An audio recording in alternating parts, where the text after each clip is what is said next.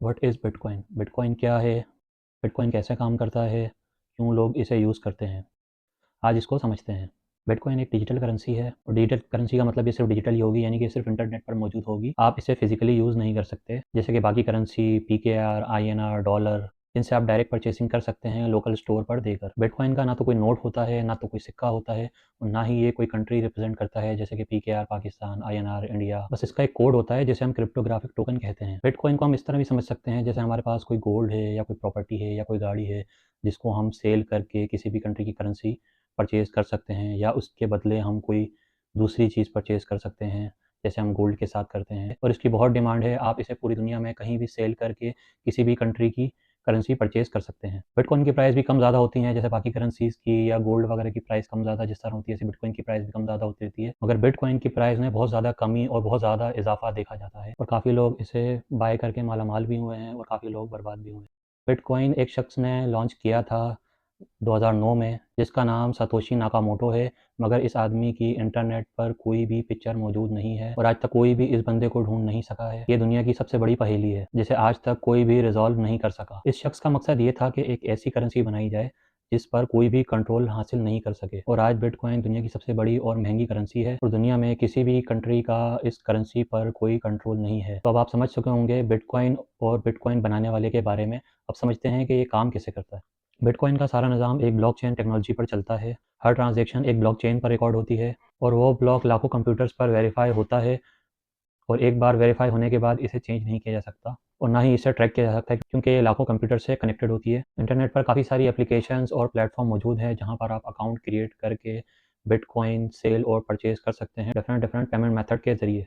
2010 में एक शख्स ने 2 पिज़्ज़ा खरीदने के लिए 10,000 बिटकॉइन दिए थे और उस वक़्त किसी को ये अंदाज़ा नहीं था कि 2021 में एक बिटकॉइन की कीमत $60,000 से भी ज़्यादा हो जाएगी। 2010 से 2021 के दरमियान बिटकॉइन की कीमत में काफ़ी इज़ाफ़ा हुआ था।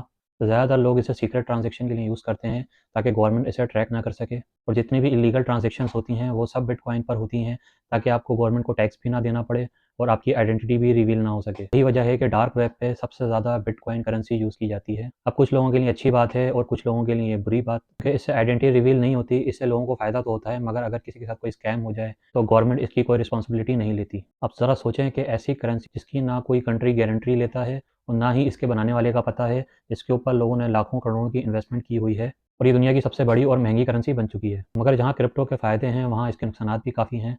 कोई भी कंट्री इसकी 100% गारंटी नहीं लेता और किसी भी कंट्री में किसी भी वक्त बैंड हो सकती है। काफ़ी सारे इस्लामिक स्कॉलर ने भी इसको अप्रूव नहीं किया है। और अब आगे क्या होगा बिटकॉइन का फ्यूचर, क्या हमें इसमें इन्वेस्टमेंट करनी चाहिए या नहीं, अब ये आपको खुद डिसाइड करना पड़ेगा। और अगर आप इसमें ऑलरेडी इन्वेस्टमेंट कर चुके हैं तो कमेंट में लाजमी लाजमी अपना फीडबैक दें, ताकि लोगों की नॉलेज में इजाफा हो। और अगर आपने इसमें इन्वेस्टमेंट करनी हो तो बहुत आसान तरीका है, ज़्यादा मुश्किल नहीं है। आप जिस भी कंट्री से हों, उस कंट्री के अंदर कोई ऐसा प्लेटफॉर्म देखें जो गवर्नमेंट से अप्रूव हो, और इस बात का ज़रूर ध्यान रखिएगा गवर्नमेंट से अप्रूव हो, क्योंकि काफ़ी सारी कंपनीज हमने देखी हैं, लोगों ने उसमें अकाउंट भी बनाए, कॉइन्स भी परचेज़ किए और वो कंपनी बाद में बंद हो गई और लोगों का काफ़ी सारा नुकसान हुआ। और अकाउंट बनाने के बाद आप आसानी से किसी भी master, visa cards, local payment method के ज़रिए ये करेंसी, क्रिप्टो करेंसी परचेज़ कर सकते हैं और जब भी आप इसे सेल करना चाहें, इसे सेल कर सकते हैं। काफ़ी सारे लोग इसे यूज़ कर रहे हैं, सेल परचेज़िंग कर रहे हैं और उनके काफ़ी अच्छे फीडबैक हैं। नुकसान उन्हीं लोगों का होता है जो गैर वेरीफाई एप्लीकेशंस पे परचेज़ करते हैं, क्योंकि वहाँ पे उन्हें कम प्राइस में कॉइन्स मिल रहे होते हैं। तो कम प्राइस की वजह से किसी ऐसी अननोन ऐप्स पे इन्वेस्टमेंट बिल्कुल भी नहीं करिएगा। और ये अभी बहुत डिस्कशन के अंदर है। कुछ लोगों का फीडबैक है कि करना चाहिए, कुछ लोगों का फीडबैक है नहीं करना चाहिए। अब इसमें आपकी क्या राय है, मुझे कमेंट में लाज़मी बताएँ। और अब हम समझ चुके हैं क्रिप्टो करेंसी क्या है और इसको किस तरीके से यूज़ करते हैं। और अगर आप इंटरेस्टेड हैं कि क्रिप्टो करेंसी किस तरीके से बनाई जाती है, इसकी माइनिंग किस तरीके से होती है, कौन-कौन कंट्रीज़ में सबसे ज़्यादा इसकी क्रिएशन हो रही है और इसकी क्या कॉस्ट पड़ती है, अगर आप ये जानने में इंटरेस्टेड हैं तो इसके हवाले से डिटेल वीडियो मैं बना दूँगा। और इसी तरह की टेक वीडियोज़ के लिए मुझे फॉलो करें। मैं मिलता हूँ आपसे नेक्स्ट वीडियो में।